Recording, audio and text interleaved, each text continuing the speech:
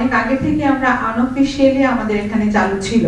আমাদের বাচ্চাগুলো প্রিম্যাচিওর বাচ্চাগুলো যখন একটু স্টেবল হয়ে যেত, যখন আর অক্সিজেন লাগতো না ওদের অথবা খুব সামান্য অক্সিজেন লাগতো, মোটামুটি তখন থেকেই আমরা মায়ের কাছে ক্যাঙ্গারু কেয়ারের জন্য অলরেডি শুরু করতাম।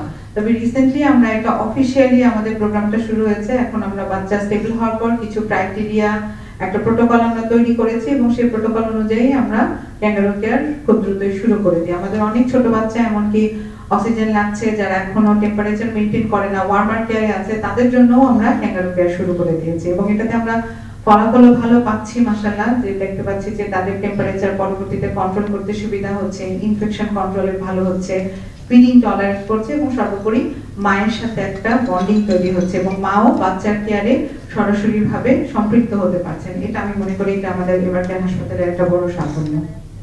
যেটা বলেন যদি উপজেলা বা গ্রামে এরকম হয় তাহলে কি করবে? তো এই জন্য যেটা করতে হয় যে রেফারেন্স সিস্টেম, আমাদের যে রেফারেন্স সিস্টেমটা আছে সেটাকে আরো স্ট্রং করতে হবে এবং এই কাজটা করতে হবে গভর্নমেন্টের থেকে। আমরা হচ্ছে সহযোগী পার্টনার, আমরা যারা প্রাইভেটে কাজ করি, এনজিও যারা কাজ করি, আমরা হচ্ছে তাদের সাথে সহযোগী হিসাবে কাজ করি।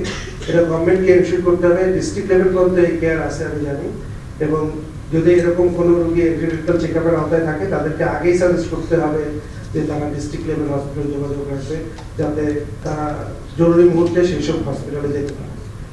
এইভাবে আমরা স্টেপ বাই স্টেপ যদি পদক্ষেপ নিই, আপনি যদি বলেন যে 1 বছরে কমে যাবে, কেউ কমাতে পারবে না।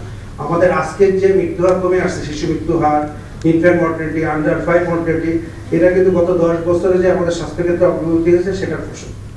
সুতরাং আমাদের হয়তো আরো 5-10 বছর অপেক্ষা করতে হবে এবং আমি জানি গভর্নমেন্ট কাজ করতেছে।